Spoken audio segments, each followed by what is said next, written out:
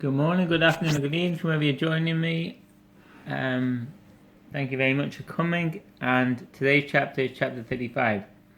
So, the book of the Tanya is actually based on a verse. For the matter namely being to observe the Torah and mitzvot, is very near to you, in your mouth and in your heart, that you may do it.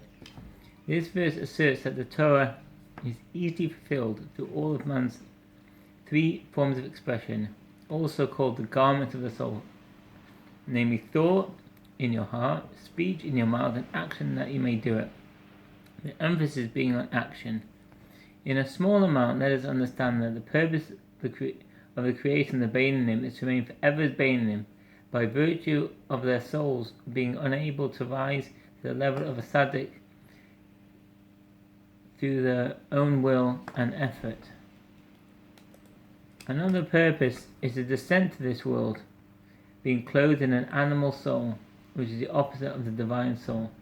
They will be incapable of vanquishing the animal soul in their lives, or to remove it from the left part of the heart, so that no evil imaginings rise from it to the brain.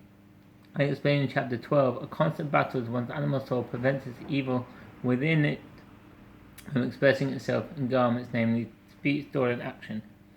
This is a suppression, not a change to the essential evil nature of the animal soul itself, despite all efforts made to do so. A philosophical question is raised here of the reason why these souls descend to this world, to wage war against the evil inclination without ever being able to annihilate it.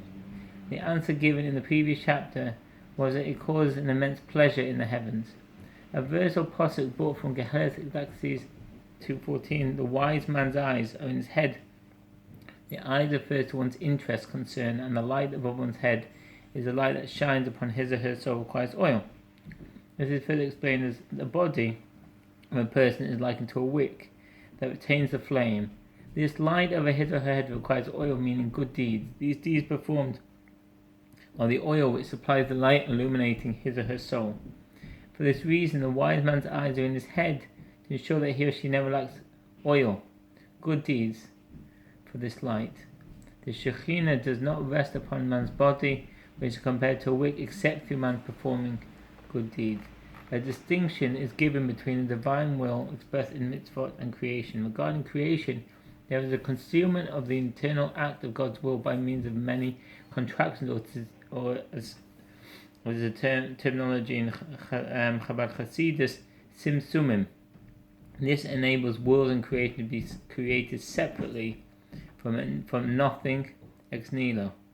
As if not, they would have been completely nullified out of existence, as explained in chapters 21 and 22, and therefore have no independent identity. However, the mitzvah are the internal aspect of the divine will without any hiddenness, and the essential purpose of creation. An analogy is given of one who engages in business so that they realize the profit and thereby support their family. In all, they want the business to prosper, want the profits, and want to provide for his or her family. Yes, his or true inner will lies only supporting their family. The desire for profit is merely incidental, external to this will. And his or her desire for business even more so. So too is the divine will, as expressed in creation and expressed in the mitzvot. The desire for creation is an external will. It is generated by the inner eye, ultimate desire that Jews observe the mitzvot, obviously an impossibility without a created world. As the mitzvot are God's true inner will, when they perform a pure unity of the performer and the Almighty is achieved. The resting of the Shekhinah is the revelation of godliness, and the answer of the infinite one's light in that particular object. For this to happen, the object must be completely nullified out of existence. Even a perfect tzaddik who cleaves to him with abundant love, a most lofty level of love and attachment to God, even in the case of such a tzaddik, no thought can grasp him at all. For the true implication of the phrase God is the Lord, in his unity and oneness, that he alone exists, and there is absolutely nothing besides him. As explained in chapter 20, God is one, means not only he is one God, but that he is the only being that truly exists, and all else is totally nullified before him.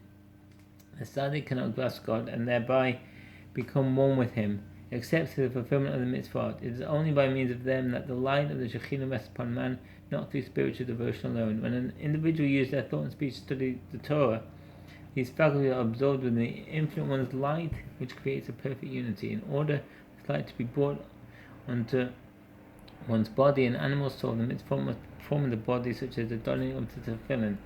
The Shekhinah rests upon 10 Jews. In the Gemara Sanhedrin 39a, it said the heretic said to Rabbi Gamliel, "You say that the Shekhinah rests upon every assembly of 10. How many Shekhinahs have you?" And Rabbi Gamliel replied with the analogy of the sun's light, which entered through many windows, etc. The final line in the chapter is, "And the intelligent will understand, and as the Hasidim would add, and the devout will perceive." I hope this was beneficial and it made sense.